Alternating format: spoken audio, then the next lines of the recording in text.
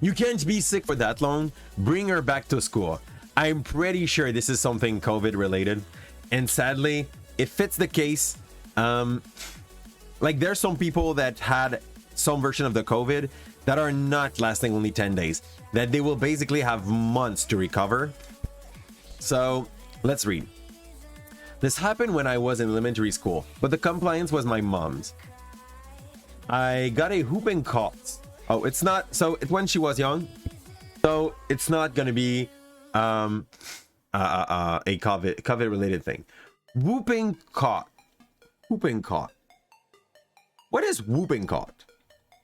Whooping cough.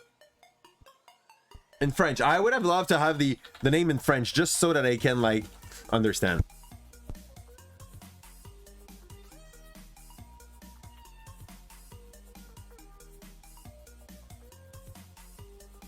Basically, it's a pulmonary cough. So basically, like the patient or the person has a hard time breathing because like it's from the pulmonary area, from the les poumons.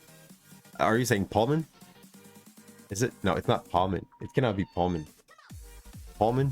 Anyway, so okay, because this is just like the kind of a cut that really gets so deep that it's very hard to get rid of. Okay, in the lungs. Yeah, it's kind of weird though. Like, why don't you call that? And that, I know, it's gonna sound like the stupidest thing to say, okay? But why isn't it like a lungary pulmon, lungary cut? Like, why do they say pulmonary but lungs?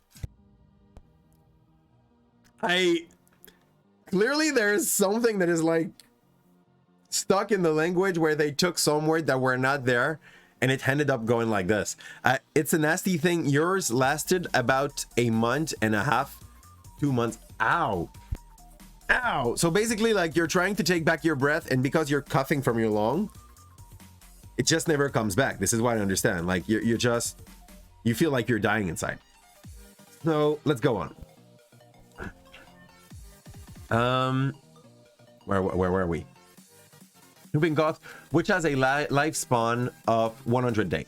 We got a doctor note from my school and everyone seems fine with it except the main office administrator who was constantly calling my mom to bug her about when I was coming back. Honestly, he might seem like a jerk about that, but it's probably just because it's his job, you know? Like there's a lot of people that are working in administration that will just have some very precise tasks to do and to make sure that will happen in the right way. And if it's in their task, they will do it daily. So maybe he's not trying to be a bugger. Maybe he's just trying to do his job, you know, the best he can. About a month in, she calls my mom and tell her it's impossible. I've been sick for this long. And if I'm not in school on Monday, she's calling social services. Go ahead. Keep in mind, at this point, I can barely lift my head.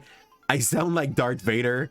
And every few minutes, I start coughing like I'm doing an impression of a goose fighting a Toyota.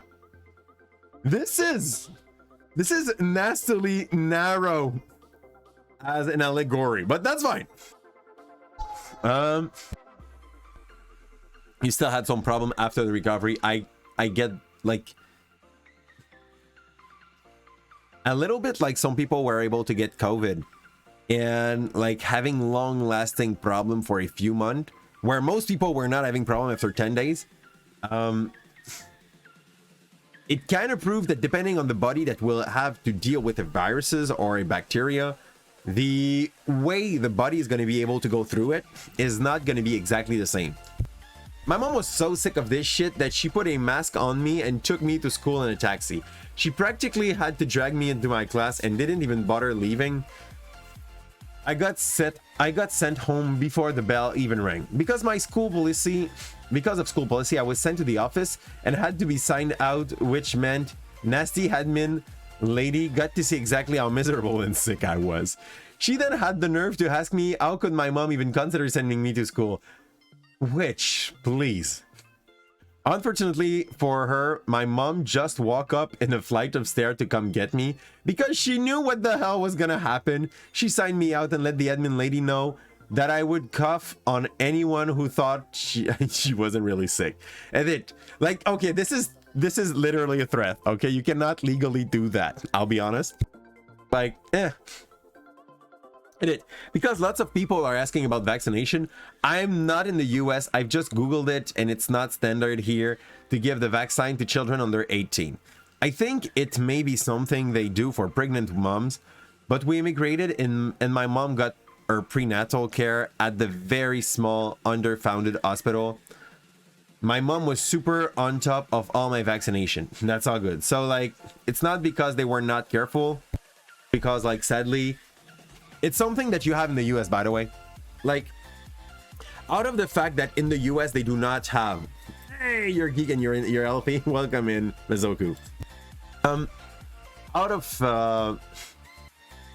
the blanking.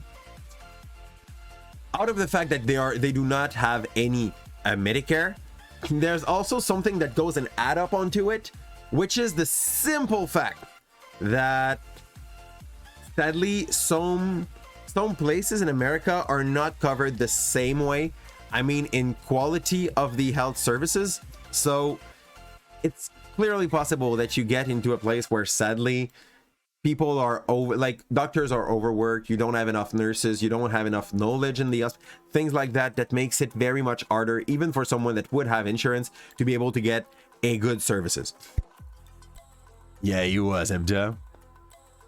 Also, to the people commenting and messaging me to say my mom is a terrible person / parent, was effectively the sole parent to 2 kids at the point this story was happening. I had been extremely ill and she was at her wit's end. She worked full-time and didn't drive, which made getting me to the doctor already really hard without my school threatening CPS on her. Absolutely. She did her best to make sure I didn't breathe on anyone or even go near them. Worth mentioning, there were no other cases at my school. Okay, here's the thing though. Like, people are not wrong.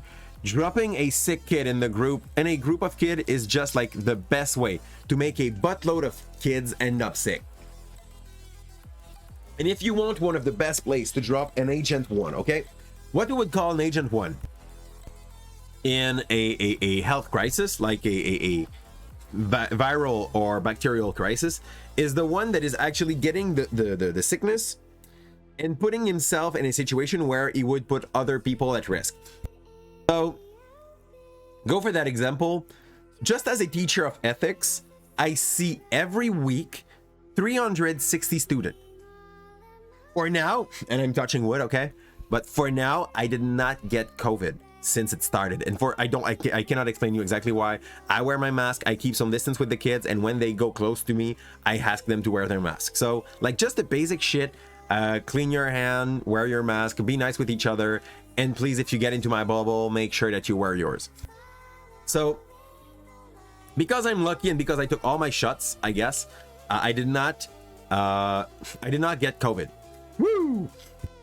But figure if I have COVID, I'm going into all my classes. Let's say I'm the classic case. I have no symptom for 4 days. It just takes me, and we can have on our hand like 150 case in 3 or 4 days. Because I'm talking in the class, because I have 1 hour 15 where I spend at least half of it breathing out some message to my students, and like, that would just be fair. No, not fair. Normal for them to get sick in a situation where I am the one providing them with viruses, even if I don't know it. Even like, you know, very, very simple. A teacher it's something that kind of amazed me how long it took before teachers were vaccinated in Canada, because we are excellent Agent 1. We are probably like in one of the best position to be able to make a whole school year, a whole group sick. It's absurd. Totally absurd. We had to fight for that. So yeah, don't drop a sick kid at school. That's stupid. Not even if you plan on staying to catch her back. Like, it is just a wonderful luck that none of the other kid caught the sickness. And that person, at that point, I would not even have took the time that it takes to bring my kid there. I would just have asked from my doctor for a paper just showing like, this is what she has. Stop being a dick about that. Oh, fudge. A douche about that. Sorry.